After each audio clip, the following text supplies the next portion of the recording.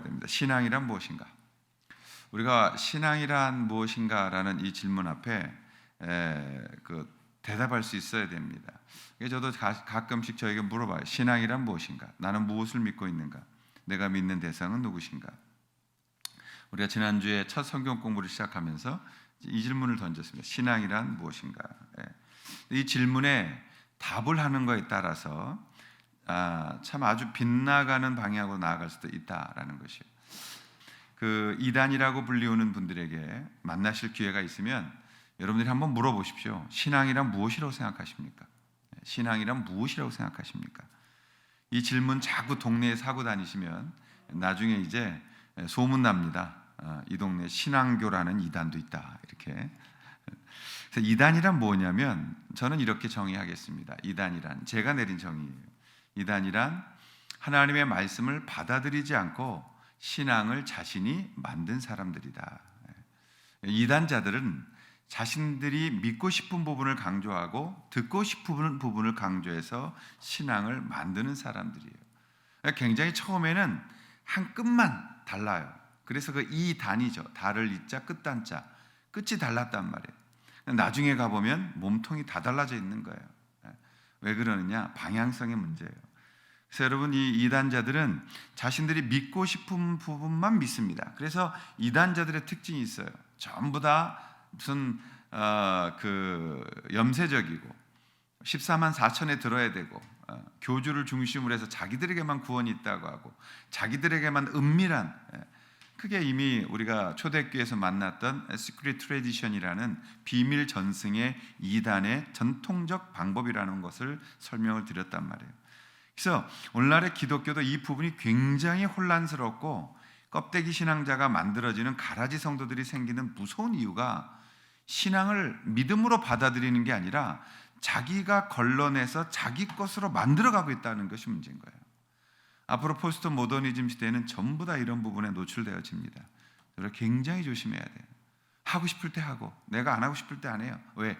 이미 나는 나를 믿거든요. 내 몸을 믿고 내 성질을 믿고 내 기질을 믿고 내가 하고 싶을 때 하는 거거든요. 여러분, 이건 신앙이 아니에요. 신앙은 어떻게 되어지느냐? 신앙은 하나님의 말씀을 만들지 않고 받아들이는 거예요. 그럼 신앙을 받아들이는 가장 중요한 원리가 뭐냐면 마음이 가난해져야 된다는 거죠. 마음이 가난해지려면 어떻게 되느냐? 성경의 다른 식 표현을 말하면 우리의 마음밭을 기경해야 된다는 거예요. 그래야 그 씨가 떨어졌을 때 거기서 자랄 수가 있는데 오늘날 우리의 마음은 이미 완악하고 굳어져 있어요.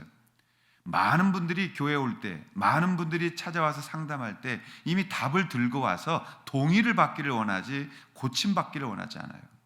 그건 이미 신앙이 아닌 것입니다. 우리들에게도 신앙이 받아들여져야 되는 것입니다.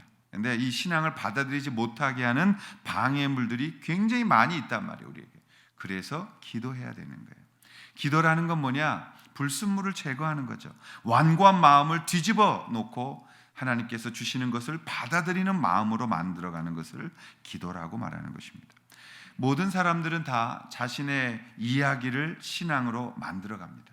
그것이 우상을 섬기는 것이기도 한 것이죠. 신앙은 여러분들이 만들어내어서는 안 되는 거예요. 여러분은 신앙을 받아들여야 되는 거예요. 즉 믿는 것이지 여러분이 만들어내면 안 된다라는 것을 기억하십시오. 우리가 신앙을 받아들일 때 뭐가 나오냐면 하나의 귀한 열매가 나와요. 그게 순종이에요. 그래서 로마서 1장 5절에는 순종의 이야기로 바울이 시작한 겁니다. 순종은 제사라는 행위보다 더 중요한 것이다라고 사무엘이 말한 거예요. 행위가 신앙이 아니고 받아들이는 것이 신앙이다, 이 말입니다.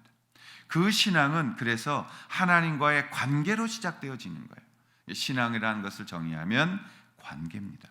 신앙이란 하나님과의 관계 속에서 생겨나는 결과물이 되어지는 것이죠.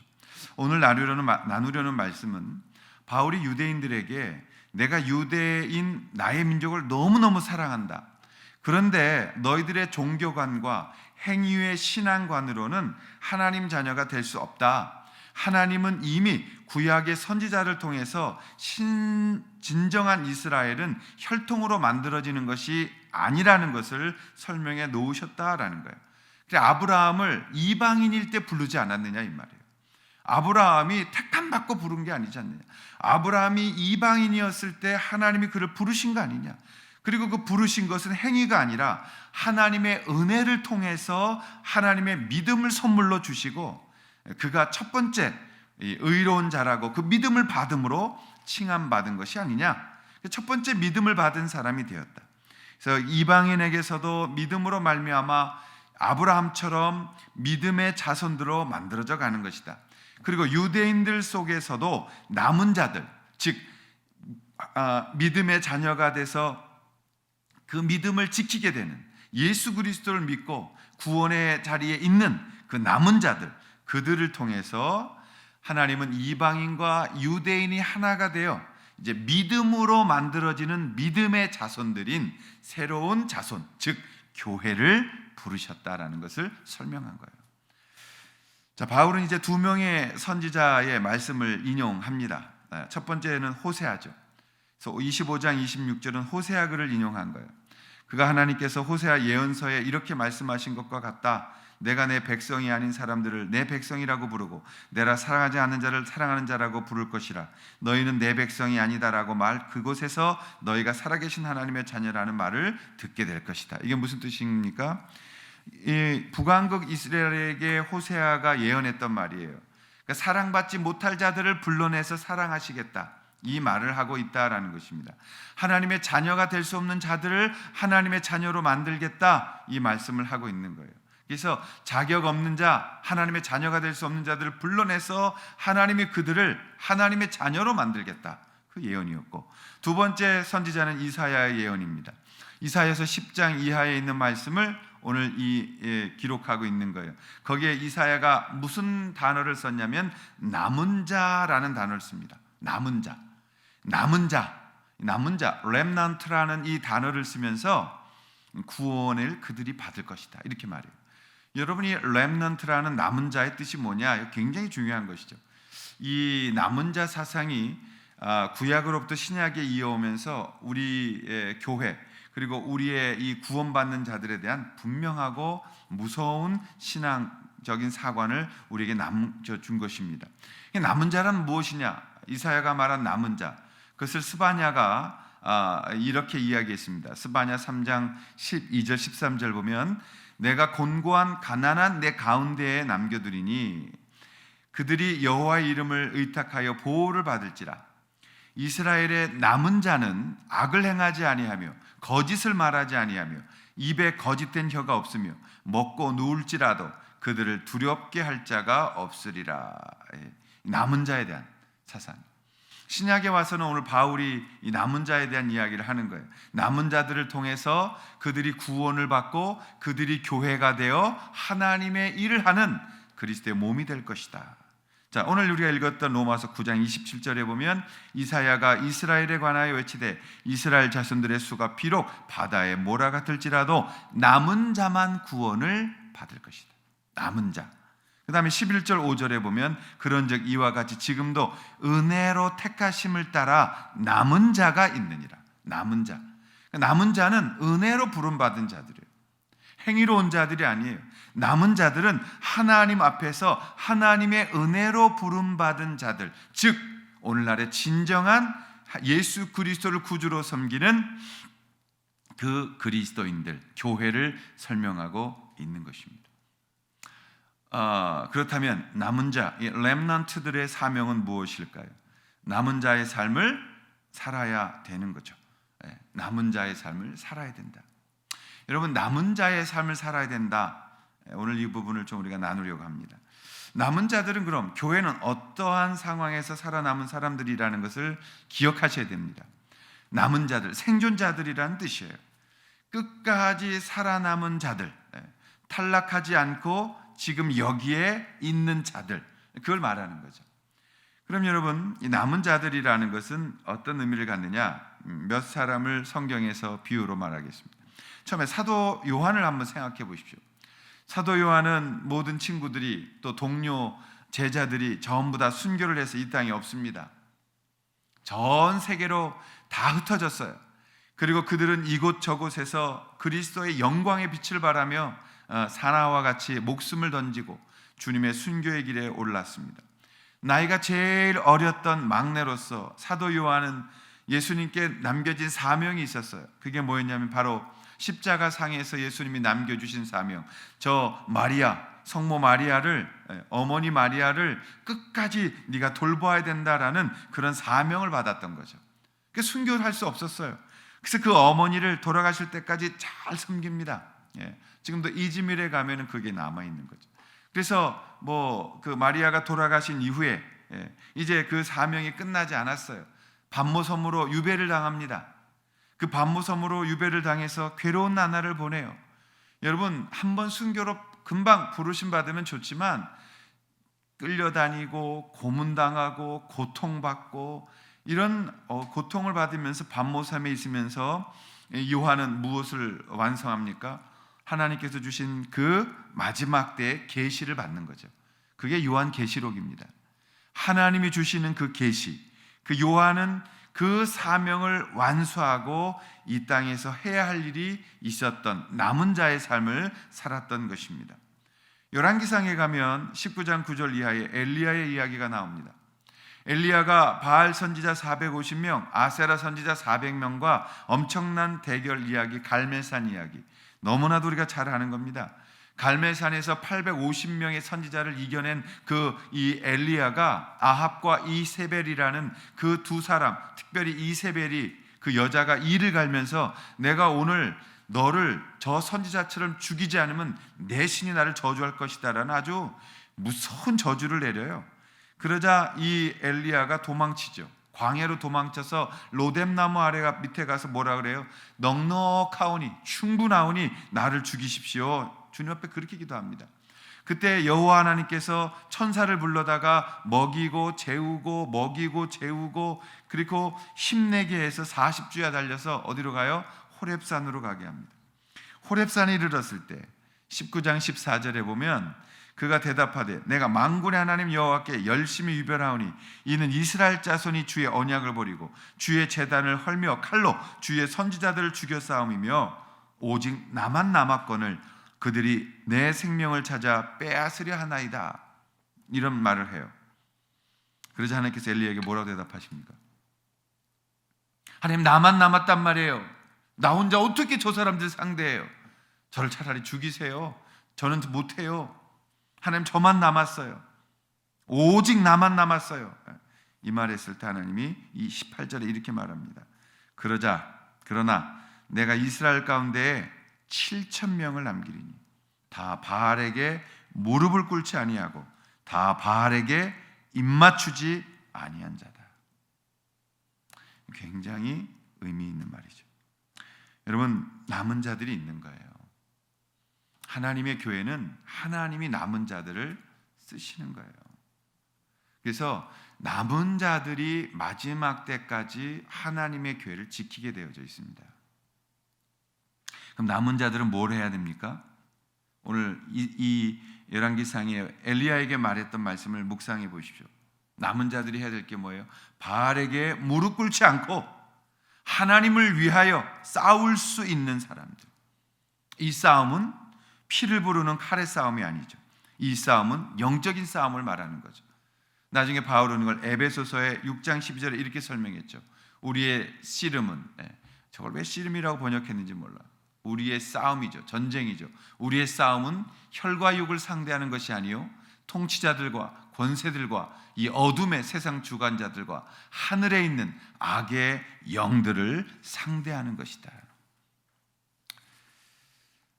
이 영적인 싸움에서 이겨야 육적인 싸움에서도 이기는 거예요. 우리가 왜 노력해도 안 되는 줄 아세요? 우리가 왜 열심히 무엇인가 하는데 안 이루어지는 줄 아세요? 영적인 싸움에서 이기지 못했기 때문이에요. 영적인 싸움에서 이기지 못하면 육적인 싸움 백날 싸워도 제자리 걷는 거예요. 하나님 앞에 나와서 무릎 꿇지 않고 하나님 앞에 정결한 삶을 살지 않으면 그것은 주님께 영적인 혼탁함을 가지고 오는 거죠. 적당히 세상 흉내내고 적당히 세상 하고 싶은 대로 하고 적당히 그리스도인의 삶을 살려고 하면 여러분 그거는 남은 자들에게 어울리지가 않는 겁니다. 남은 자답게 살아야 되는 거예요. 남은 자답게 하나님 앞에서 살아서 하나님의 사명을 완수해야 되는 거예요. 세상 사람들처럼 뻔한 것 위에 살다가 뻔하게 죽어버리는 죽음은 남은 자들의 삶이 아니라고 말씀하는 거죠. 하나님 다윗 왕을 사랑하셨어요. 그러나 그가 왕이 돼서 통합 왕이 돼서 하나님 찾지 않고 하나님 바라보지도 않고 왕권과 그리고 권력과 그리고 돈과 그리고 평화로움 사랑하고 위대한 하나님의 왕으로부터 평범한 세상의 그 또 하나의 왕이 되었을 때 하나님이 다윗을 책망하신 거예요. 하나님께서 남은 자의 삶은 평범하게 사는 것이 아니다라는 것을 가르치는 거예요. 남은 자들의 삶은 주님을 위하여 도전하지 않고 주님의 나라에 열심 없이 그냥 그럭저럭 세상에 다리 걸치고 살아가는 그러한 삶이 사는 것이 아니라는 겁니다. 주님은 그런 사람들한테 분노로 임합니다. 사랑하시는 여러분, 우리가 하나님 앞에서 어떻게 살아야 될지를 기억하십시오. 남은 자들의 삶은 대충 살아가는 것이 아닙니다. 남은 자들의 삶은 그냥 이 땅에 세상 사람들이 바라보는 가치관 똑같이 가지고 그걸 위해 살아가면 안 되는 것이에요. 솔직히 말해서 제가 직장 생활도 했었고 또 저는 장사도 했었어요. 저는 제가 20대 초반에 군대 가기 전에 카페도 운영했었어요. 저는 농장도 운영했었어요. 직장에 들어가서 직장 생활도 했었어요. 요즘은 또 다른 어떤 일들을 또 하고 있습니다. 제가 느끼는 건 세상의 시스템이 얼마나 견고한지 교회처럼 이렇게 은혜로 널널하게 대충 그렇게 보이는 조직이 세상에 있을까 싶어요. 바늘 하나 들어갈 수 없는 그 촘촘한 시스템 속에서 우리 성도들은 거기를 비집고 들어가서 먹고 살아가는 이 시대 속에 치열한 삶을 살아가고 있는 겁니다. 그래서 이렇게 묻고 싶어요. 그렇게 치열하게 먹고 살면서 왜 인생을 대충 살아요? 목사들은 그렇게 치열하게 안 사니까. 목사들은 솔직히 어떤 모임에서 보면 마음적, 정신적 스트레스야 직장 생활하는 분들보다 곱하기 10배 높을 거예요. 그러나 몸은 새벽 기도만 없으면 편하죠. 근데 여러분, 그렇게 치열하게 살아가면서 왜 삶을 하나님 앞에 대충 살아가려고 하십니까? 하나님 앞에 그렇게 치열하게 먹으면서 살면서 인생을 보내면서 왜 우리가 하나님 앞에 칭찬받지 못할 일을 하며 살아가야 됩니까? 하나님 지금 우리에게 무엇을 원하시는 걸까요? 그리스도인의 남은 자들의 삶은 대충 사는 삶이 되어서는 안 된다는 거예요. 여러분이 영적으로 충분히 이겨야 육적으로 이기는 거예요. 영적으로 충분히 하나님 앞에 기도하고 하나님 앞에 충분히 엎드릴 때 육적인 것은 자연스럽게 하나님이 이루어 가시는 것이 되는데 우리는 늘 거꾸로 살아가는 거예요. 시간을 어디다 써야 될지 몰라서 세상에 적당히 시간을 보내고 하나님과의 교제를 하지 않으니까 육적인 어려움이 계속해서 우리 가운데 영적인 것을 눌러가고 있는 거죠. 여러분의 영이 이기는 삶이 되어질 때 육을 여러분이 추수로 거두는 것이에요. 하나님 앞에 선물로 열매로 거둘 수가 있는 거예요. 근데 우리는 영적인 것이 이미 눌려 있는데 육적인 것에 바득바득 아웅다웅하고 있단 말이에요. 그러니까 못 이기는 거예요. 바알에게 무릎 꿇었기 때문에 정결한 삶을 살 수가 없는 거예요. 바알에게 우리가 이 부유한 신, 그 물질의 신에게 절을 했기 때문에 하나님 앞에 얻을 수가 없는 거예요. 그때 여러분이 뭐 해야 되냐면 다 내려보는 거예요. 하나님 죽이지 않는다고요. 하나님 굴미치지 않는다고요. 정말 하나님만 붙들고 매달리는 사람을 하나님이 어떻게 쓰시는지를 여러분이 간증할 수 있어야 되는 거라고. 우리가 그런 삶에 못 사는 거죠. 왜요? 세상 바라보면 두렵거든요. 여러분 세상 바라보면 여러분 지게 돼 있어요. 베드로가 그 물 위에 걷다가 물 바라보니까 물에 빠진 거라고요. 우리가 시선을 하나님께로부터 떨어뜨리는 순간 우리는 지게 돼 있는 거라고. 하나님 바라보고 하나님 앞에 믿음으로 나아갈 때에 우리가 거둘 수 있고 놀라운 일을 감당할 수 있게 됐다는 사실을 기억하실 수 있기를 바랍니다. 저는 사실은 하나님 앞에서 우리가 좀 더 기도할 수 있다면, 하나님 앞에 정말 더 세상적인 것이 아닌 하나님 앞에 나올 수 있다면 하나님 놀라운 일을 여러분 통해 하실 줄로 믿습니다. 우리가 TV 보는 시간, 인터넷 하는 시간, 페이스북 하는 시간, 카톡 하는 시간, 유튜브 보는 시간, 이런 시간들 줄이고 하나님 앞에 나와서 그 시간을 무릎 꿇을 수 있다면 저는 하나님께 놀라운 일을 행하실 것을 분명히 믿습니다. 그런 거 없이 우리는 바라기를 바래. 근데 바라는 대로 안 되면 내 시나리오를 써. 그게 초두에 말씀드린 이단의 삶이에요. 이단자들은 그렇게 살아가는 거예요. 세상 원망하고, 세상 잘못되고 내가 옳다고, 정통 잘못됐고 내가 옳다고.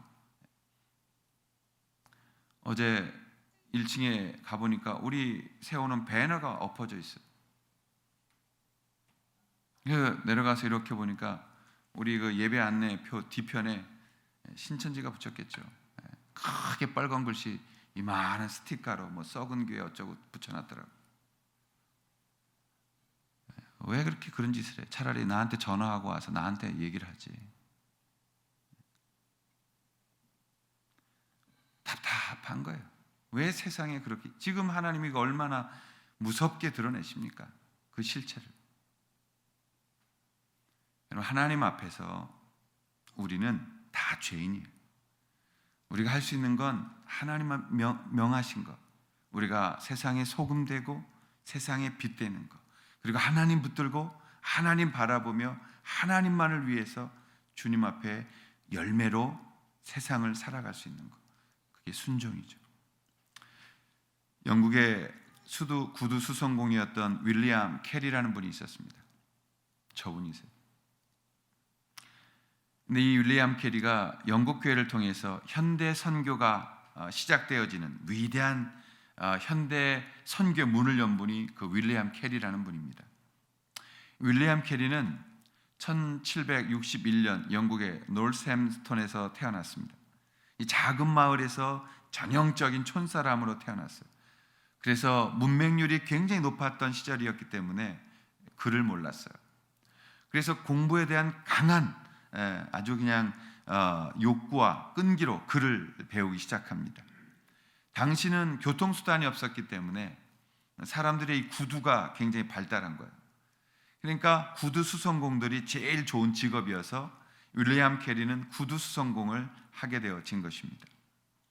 캐리는 아버지의 압력으로 이제 고등학교 졸업하고 구두 수성공에 대해서 일을 하기 시작했는데 19살이 됐을 때 기도 모임에 갔다가 하나님의 그 말씀과 기도를 통해 성령의 깊은 은혜를 누리게 되어집니다.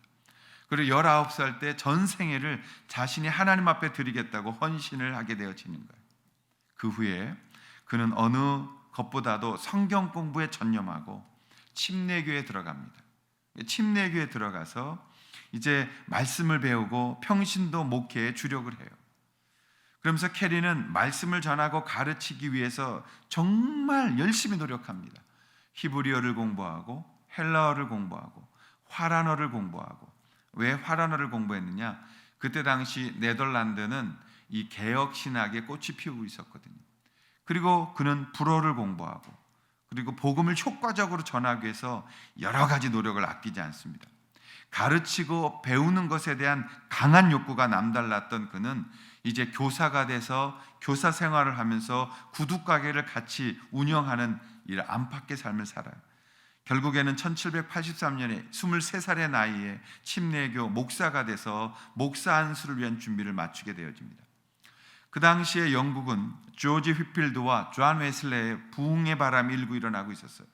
그래서 영국 가운데 뜨겁게 바람이 일었기 때문에 세계 선교에 대해서 관심조차 없었던 거예요. 세계 선교는 위대한 사람만 하는 거다, 특별한 사람만 하는 거다라는 생각을 갖고 있던 그 시대에 윌리엄 캐리가 한 책을 읽게 되는데, 쿡 선장이라는 그분이 쓴 항해기라는 책을 읽습니다. 그 책에 보면 와서 우리를 도우라는 이 마케도니아 외침과 같이 그곳에서 어떤 대목을 읽냐면 왜 기독교를 전해주는 사람이 아무도 없는가? 왜 우리에게 와서 복음을 전해주는 사람이 아무도 없는가? 이런 도전을 받게 되는 거예요. 그리고 거기에는 명예도 유익도 따르지 않기 때문이다 라는 대목에서 가슴이 뜨거워지면서 내가 나가야 되겠다라는 도전을 받게 되어졌다고 합니다. 그때부터 캐리는 교회 역사에 관한 책을 탐독합니다. 역사가 중요한 거예요. 교회 역사에 대해서 공부하면서 이미 알려진 나라의 인구, 종교 등을 표시하기 시작했어요. 그리고 선교적 관점으로 성경을 개발하기 시작했어요. 매일 세계 선교 정보들을 모아서 선교 지도를 만들기 시작했어요. 당시 영국 교회는 선교는 예수님의 사도들에게만 주어진 특별한 사명으로 국한시켰는데, 식민지 사업과 관계가 없는 세계 선교는 감히 생각하지도 않았던 그 시대에 이 윌리엄 캐리는 위대한 일을 하기 시작한 겁니다. 세계 선교에 눈을 뜨게 된 캐리는 세계 선교의 무감각한 교회를 일깨우며 오직 성령이 너에게 임하시면 너희가 성령을 받고 예루살렘과 온 세상 땅끝까지 가서 복음 전하라는 이 말씀을 계속해서 설교하기 시작한 거예요. 그리고 예수님의 유언적 명령인 우리 주신에게 주시는 말씀을 믿고 세계 선교에 대한 원대한 비전과 성령의 불을 타오르게 해야 된다라고 설교하기 시작했어요. 해외 선교는 교회가 맡아야 될 가장 중요한 사역이라는 확신을 가지고 설교하기 시작한 거예요. 윌리엄 캐리가 무엇을 한 겁니까? 교회의 개념을 바꾸기 시작한 거예요. 그때까지는 세계 선교라는 게 묻혀 있었던 거예요.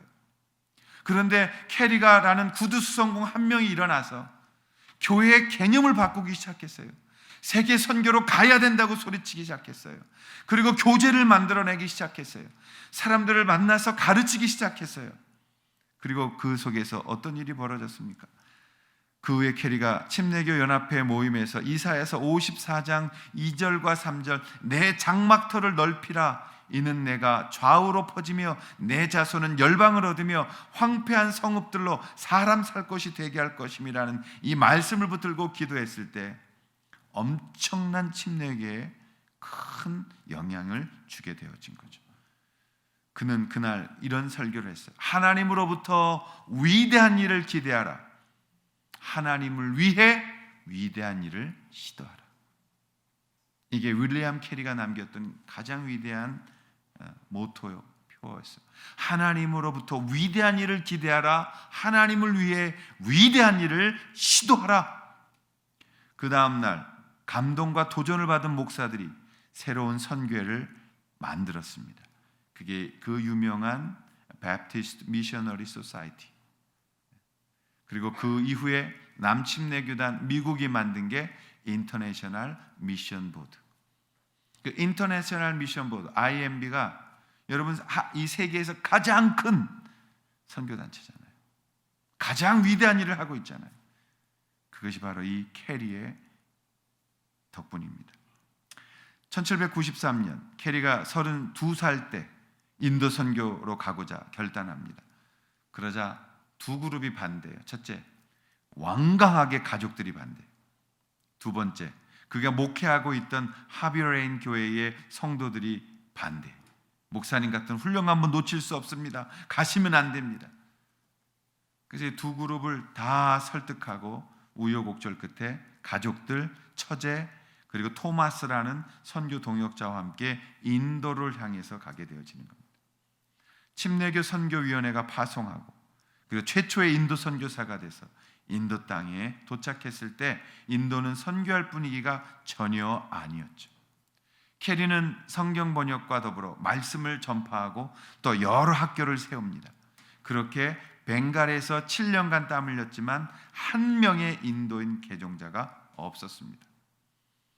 그러나 그는 18년 동안 계속해서 목숨을 걸고 선교를 전하고 드디어 600명의 침례자들을 만들어내는 겁니다.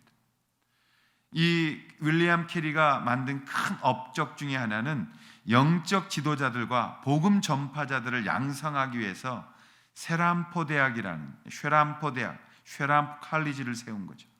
그리고 수많은 고통을 이겨낸 후에 결국 수많은 성경을 번역하죠. 중국어 성경, 버마어, 옛날엔 버마, 지금은 뭐예요? 미얀마, 말레이어 44개의 언어로 성경을 번역하고 출판하게 되어지는 겁니다. 캐리는 1834년 73살, 73세의 일기로 그토록 사랑했고 헌신한 인도 땅에 묻혔습니다. 그러나 윌리엄 캐리는 그의 그칠 줄 모르는 뜨거운 열정과 끈질긴 도전으로 18세기에 타락한 영국을 구원하였을 뿐만이 아니라 영적으로 잠자고 있는 영국을 선교사를 파송하는 제사장 나라로 만든 거예요. 그리고 윌리엄 캐리로 인하여 100년 동안, 아니 정확히 90년 동안 모든 세계 선교의 시작은 영국에서 시작된 거예요. 사랑하신 여러분, 남은 자들의 삶은 캐리 선교사님이었던 이 표어처럼 하나님으로부터 위대한 일을 기대하는 것입니다. 그리고 하나님을 위해 위대한 일을 시도하는 거예요. 그렇다면 위대한 일은 무엇입니까? 그것은 지금 내가 섬기고 있는 이 일이죠. 지금 하나님이 내게 맡겨주신 비전이죠. 사명이죠. 그게 크던 작던 남들이 볼 때 시시해도 내가 그 일의 사명으로 나아가면 그곳에서 놀라운 열매를 맺어서 30배, 60배, 100배의 열매를 맺고 그 시시한 것이 엄청난 값어치의 일이 되어지는 것을 말하는 것입니다. 그 일을 시도하십시오. 그 일을 행하십시오. 각자 자기의 일에서 이 사명을 완성하는 남은 자들의 삶을 우리가 살아내야 되는 것입니다. 저는 남은 자라는 단어를 생각하면 먹먹한 가슴이 아픔이 오는데, 우리가 겪었던 세월호 사건 때 그 많은 아이들, 어린 아이들이 그 배에 갇혀 죽어갈 때 살아남은 아이들이 울부짖으며 했던 말이 지금도 귓전에 맴돌아요. 그들이 그 친구 이름을 그렇게 목 놓아 부르면서 내가 너의 목까지 다 살게. 내가 너의 목까지 다 살게. 우리가 남은 자로서 주님 안에서 주님 부르시는 그날까지 우리가 해야 될 몫을 완성하고 주님 만날 수 있는 그런 주님의 거룩한 남은 자의 삶을 사는 성도님들 되시기를 주님의 이름으로 축원합니다. 기도하겠습니다. 우리 함께 다 자리에 일어나셔서 마지막 이 땅의 황무함을 벗어서 찬양으로 결단하시겠습니다.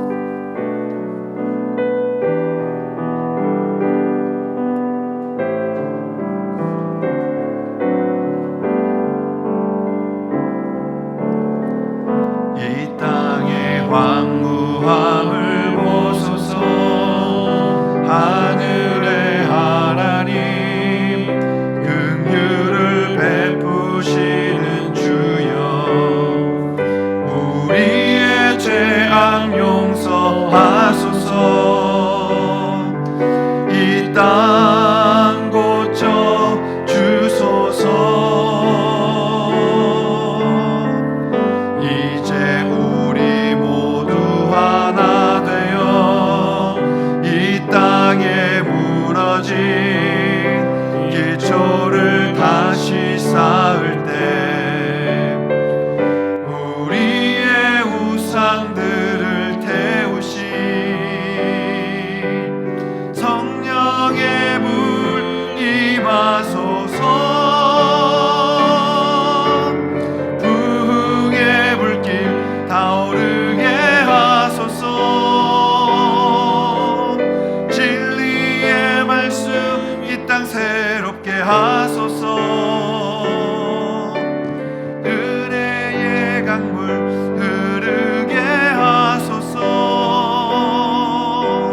성령의 바람 이제 불어